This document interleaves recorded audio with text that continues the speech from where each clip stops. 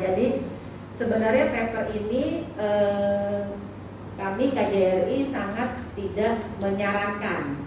Memang dari hukum internasional, kemudian di Hong Kong juga bisa ada istilah paper, yaitu semacam surat tinggal sementara di Hong Kong untuk mengajukan sebagai pengungsi atau asylum seeker.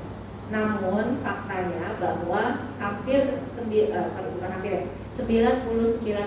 diantaranya ditolak ketika mengajukan paper atau recognition document atau asylum seeker, mencari pengungsian.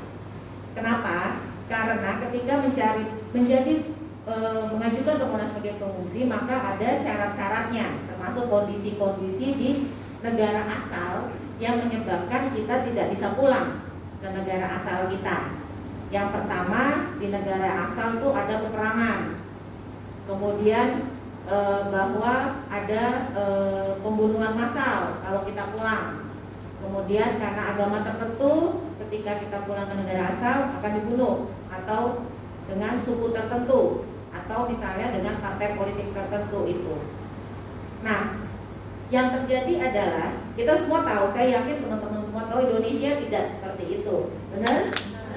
Nah, yang menjadi alasan dari teman-teman yang mengajukan paper ini, alasan sebenarnya punya hutang di Indonesia, benar ya Kak Sally ya, punya hutang, kemudian bukan anak gitu kan, kemudian ada yang malu pulang karena keluarga di Indonesia menganggap kerja di Hong Kong itu sukses. Keluarga di Indonesia mengharap kita ada hasil yang lebih, ya. Dan kadang-kadang keluarga kita juga berharap lebih, sehingga kita berprinsip bahwa saya nggak mau pulang sebelum saya sukses. Tapi kan kembali lagi, kesuksesan itu kan beda ukurannya masing-masing. Nah, itu kemudian ketika dia sudah mengajukan paper, kan ada beberapa kenapa dia mengajukan paper. Ketika pertama overstay, kemudian dia menjadi kasus pidana, kemudian ada beberapa teman-teman kita juga kebetulan yang menawarkan, membujuk, ngajuin paper aja, kamu bisa tinggal di Hong Kong. Benar, itu benar, bisa tinggal di Hong Kong.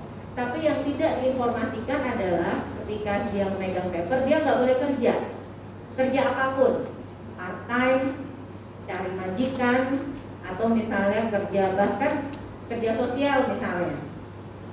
Nah, itu nggak boleh. Itu teman-teman yang tidak diceritakan lagi nih. Nah, kemudian apalagi kalau sekarang teman-teman memegang Hong Kong ID dengan tinggal dengan benar, dengan kontrak kerja, maka ketika ke rumah sakit kan gampang nih, rumah sakit pemerintah gratis.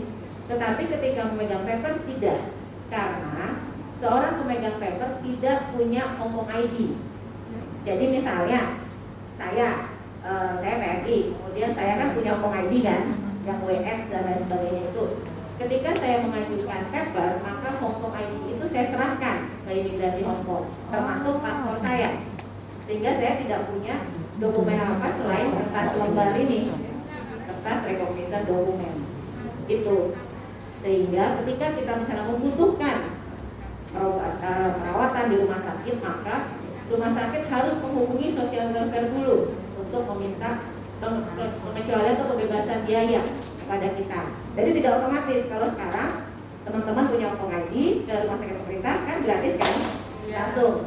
Nah, ketika dia memegang paper, maka ada tahap-tahapnya lagi gitu. Kemudian ketika seorang pemegang paper seperti tadi sudah saya sampaikan, nggak punya Hong Kong ID, nggak punya paspor, karena paspornya diserahkan ke pemerintah Hong Kong, ke imigrasi, disita gitu lah sementara. Nah, gimana kalau mau pulang? Jadi masalah kan? Sekarang pulang ke Indonesia udah susah, apalagi ketika kita tidak punya paspor. Nah, kan jadi panjang nih tahapnya. Kemudian ketika kita memegang paper, kita mau pulang, maka kita harus mengajukan pembatalan papernya dulu ke imigrasi Hong Kong. Perlu diingat, tidak hanya pembatalan paper, tapi ketika pada saat kita mengajukan paper, kita masih ada kasus hukum, maka kasus hukum itu harus dijalani dulu. Jadi sidang dulu. kemudian sidang, kemudian menjalani hukuman.